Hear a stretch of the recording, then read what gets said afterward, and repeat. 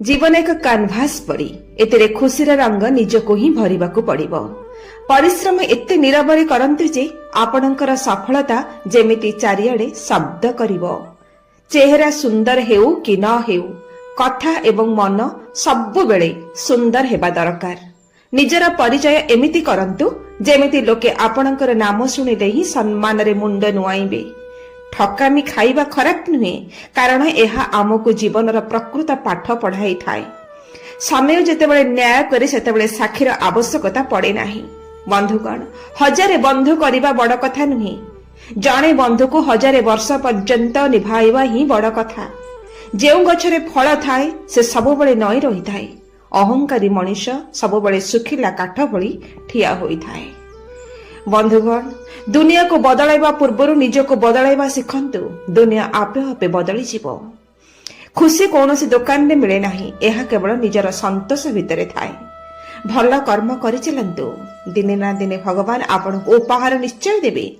राग सेही निया भली जे अन्न को पोड़िबा पूर्व निजको पोड़ी देई थाए। परिस्थिति जेते कठिन हेउ, मुहरे हस और मनरे साहस सबले रखंतु। बंधुगण, संपर्क सेठारे रहे जेउठारे बुझामणा थाए।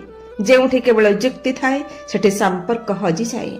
लक्ष्य स्थिर थिले पथ जेते कठिन हेले मध्य गंतव्य स्थल रे पहुंचीबा सहज होई जाए। बंधुगण, शिक्षा केवल डिग्री हासिल करिबा नुही, बरं मनीष परि मनीष हेबा ही शिक्षा।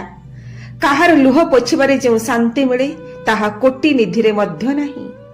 स्वप्न सेटा नुहे जहाँ आम शोला बेले देखो, स्वप्न सेटा जे आमको शोवाकू दिए नाही। बंधुगण, काहार विश्वास भांगंतु नाही, कारण विश्वास थरे भांगी गले केबे भी जोड़ी हुए नाही। जन्म हेबा एक सुजोग, किंतु भल मनीष हेई मरिबा एक गौरव। बंधुगण, आईना आमको चेहरा देखाए, किंतु आमर व्यवहार आमर परिचय देखाए। समय को नष्ट करंतु नहीं, कारण समय ही सही जिनिस जेउथिरे जीवन गढ़ा होईछि। सफलतार कौनसी लिफ्ट नहीं, आपनको सीढ़ी दे ही जीवाको पड़िबो। बंधुगण, नीरव रहिबा शिखंतु, कारण शब्द अपेक्षा नीरवता अधिक प्रभावशाली होई थाए। बंधुगण, हातरे पिंधितिबा घंटा अपेक्षा आपणक पाखरे थिबा समय अधिक मूल्यवान।